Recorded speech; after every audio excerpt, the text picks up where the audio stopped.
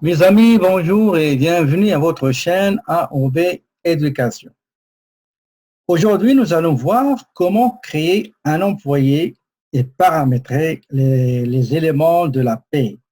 Donc, le cas qu'on a Smart Games, on a l'employé Rockland Sophia, son adresse, date de naissance, date d'embauche, la fonction commis comptable. La période de la paie, c'est hebdomadairement, après, à la semaine. Les heures travaillées par semaine, c'est 30 heures. Le taux horaire, c'est 15 $.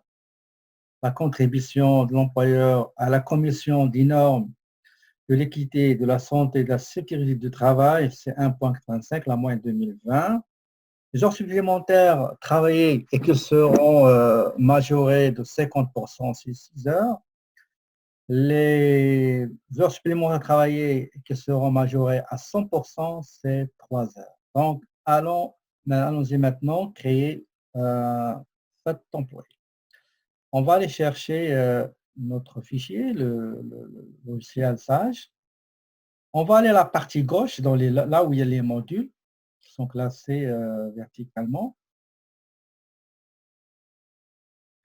Employé épée. On va aller aux tâches employé, ajouter un employé. Donc, on va créer un employé. Il y a beaucoup d'informations de paramétrage à faire, mais pour alléger la capsule, donc je vais choisir les principaux éléments à paramétrer pour avoir une paye correcte. Donc, on aura des informations personnelles, les impôts, les revenus, retenus, CNSST, etc. On commence par les informations personnelles. Le nom de l'employé, c'est Auckland Sophia. Son adresse, 1, 2, 3, rue Bonjour. La ville, c'est Montréal. La province, Québec. Code postal, c'est H8H, 9H9, minuscule. Et je tape sur tabulation et les caractères alphanumériques vont devenir en majuscule. Son téléphone 514 999 1999. Son courriel, c'est Sophia 1999 @videotron.ca. La langue de préférence, c'est le français. Son âge, c'est 999 999 998. Tabulation. Il est né regardez, si vous ne savez pas par quoi commencer, est-ce que c'est par le mois ou l'année, je vous donne un truc, regardez, choisissez cette date-là, voilà, donc vous avez comme ça. Qu'est-ce que vous allez mettre? 09 09 1999, tabulation. D'accord? Le sexe, c'est femelle, donc c'est une femme. Embauché le 6/01/2020, 6/2020, janvier, 6 lundi. OK. Donc, la semaine, là, il est payé à la semaine, comme on va voir. Donc, la semaine commence le 6 et se termine le 12. La semaine de paiement, c'est la semaine d'après, qui commence le 13 et se termine le 19. Et généralement, on paie les employés jeudi, c'est le 9, c'est le 16. Supposons, Sophia, il a été recruté samedi. Il sera payé jeudi le 9. Quelle est la date de la semaine travaillée? Début de la semaine travaillée par Sophia. Le début de la semaine dans laquelle a travaillé Sophia, il commence le 6 et commence le 30, ok, le 30 décembre, et se termine le 5 janvier. Et la paie sera effectuée le 9 janvier. Supposons, Sophia, il a été embauché, par exemple, vendredi le 17. Le début de semaine de la semaine travaillée commence le 13 et se termine le 19. La semaine du paiement, bien la date du paiement, sera le 23. Supposons on va la payer après 12 semaines, la quinzaine, il a été recruté le 18 et se rappelle le 30 jeudi. Donc, il a été recruté, embauché le 18. Le début de semaine, la période travaillée et qui sera payée, c'est le 13. Même s'il a été recruté le 17. Mais début de semaine, on compte début de semaine qui est lundi 13, termine le 19. La période, c'est 12 semaines, c'est-à-dire début 13, termine le 26 et le paiement sera le 30. Il y a d'autres entreprises qui utilisent début de semaine dimanche, il y a d'autres qui utilisent lundi, mais nous, pour simplifier les cas, on utilise lundi. Et pour simplifier le présent cas, donc j'ai pris une semaine. Très bien. Type d'emploi, temps plein ou temps partiel, temps plein. Terminé, c'est-à-dire quand est-ce qu'il a quitté, soit il a quitté l'entreprise volontairement, il a démissionné, ou bien il a été licencié. Catégorie, c'est commis comptable. Quand vous allez terminer, vous cliquez sur tabulation, vous aurez un message comme celui-là. Il vous demande est-ce que vous allez ajouter, on aura une capsule sur comment on ajoute les catégories et les positions, les postes de travail au sein d'une entreprise dans Sage 50. Je clique sur ajouter. Donc, on a terminé la partie personnelle. Maintenant, on va aller à la partie, si jamais l'employé il est parti, il ne fait plus partie du personnel de l'entreprise, on va en bas ici à gauche et on va cocher ou activer employé inactif. Maintenant, une fois les infos perso terminées, on va aller à l'impôt. Cette fenêtre, qu'est-ce que ça veut dire? Tout d'abord, il faut choisir quelle est la province qu'on va choisir pour appliquer la table d'impôt sur les salaires. Les tables d'impôt de quelle province on doit sélectionner? Puisqu'on est au Québec, on va cliquer sur, on va sélectionner la province du Québec. Ici, c'est les montants qu'on appelle montants personnels de base. Ça, c'est une autre chose qu'on va voir dans une capsule sur la fiscalité. Cette année-là, c'est comme un crédit d'impôt. Il y a deux formulaires qu'on donne à une personne qu'on vient de recruter et qu'on remplit avec ce qu'on appelle les montants personnels de base, de sa femme, combien d'enfants, etc. Et à la fin, on aura un montant. Ce montant-là, il va nous guider pour se situer et choisir dans quelle est la table, la tranche qu'on va appliquer pour le salarié récemment qu'on vient de recruter, soit pour le fédéral, soit pour le provincial. Pour le fédéral, le montant, c'est 12 298. Pour le Québec, c'est 15 532. D'accord? Donc, moi, je ne vais pas les laisser, donc, parce que je vais en parler ultérieurement. Généralement, c'est ici qu'on met les montants de base. Ici, c'est l'historique. Supposons que vous aviez des employés et vous n'aviez pas ce logiciel-là. Maintenant, vous avez installé le logiciel et vous avez besoin de l'historique des revenus de la paie de votre personnel. Donc, c'est le montant historique, le cumul de l'impôt fédéral, de l'impôt sur le Québec, cotisation assurance emploi, cotisation régime de pension du Québec, du Canada, cotisation retraite Québec, régime québécois d'assurance parentale, etc. D'accord?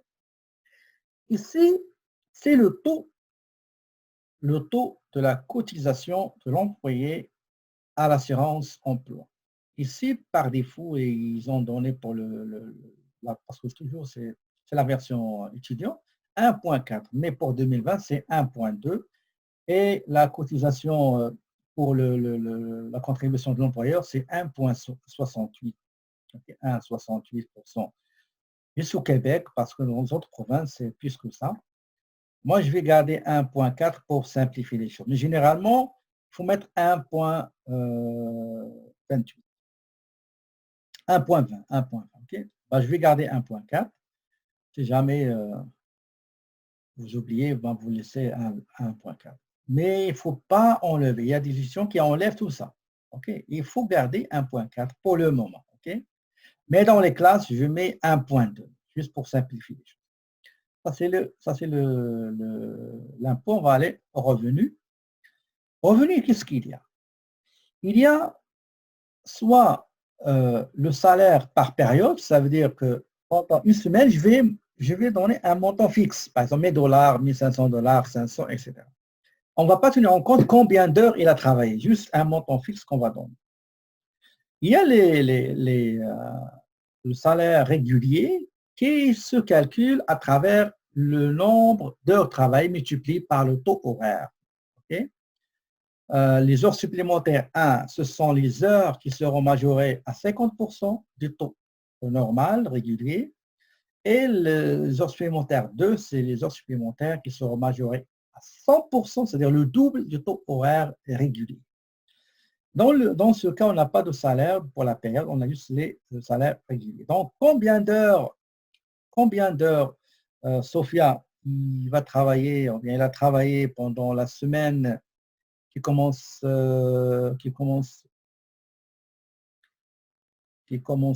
6, voilà, il se termine le 12. Donc, ça commence le 6, il se termine le 12, et le paiement sera le 16. Donc, le 16 qui est jeudi.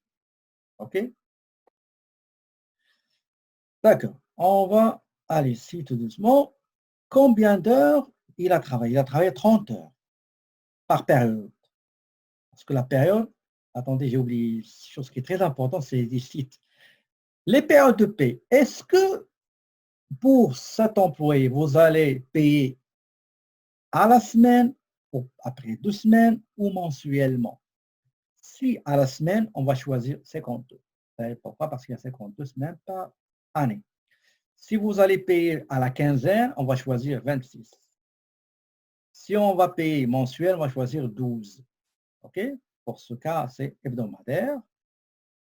30 heures travaillées. Le taux horaire, c'est 15 $. Okay, c'est 15 $. 15 $. Vous savez, le salaire minimum au Québec, aujourd'hui, c'est 12. Aujourd'hui, le 13 avril 2020, c'est 12,50 et 10,50 pour les gens, 10,05 pour les gens qui sont payés pour boire. Mais à compter du 1er mai 2020, bah, le SMIC va devenir 13,10 avec une augmentation de 65. Okay? Combien d'heures Sophie a travaillé, combien d'heures supplémentaires elle a travaillé durant cette semaine? C'est 6 heures. Donc, il sera payé à le taux horaire plus 50% taux horaire. Taux horaire normal régulier, c'est 15. La moitié, c'est 7,5, donc c'est 22,5. OK? 22,5. Là, les heures supplémentaires travaillées 3. Donc, c'est le double, c'est 30. OK? C'est 30.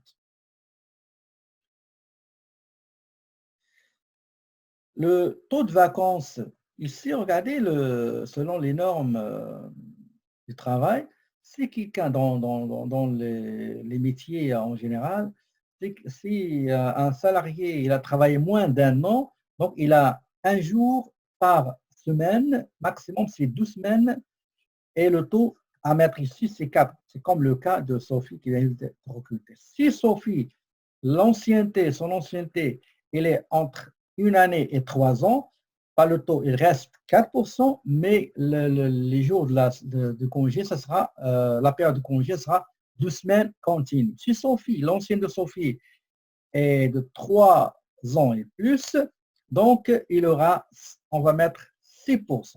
Donc 6%, c'est un montant que l'employeur est obligé de constituer une banque d'heures travaillées.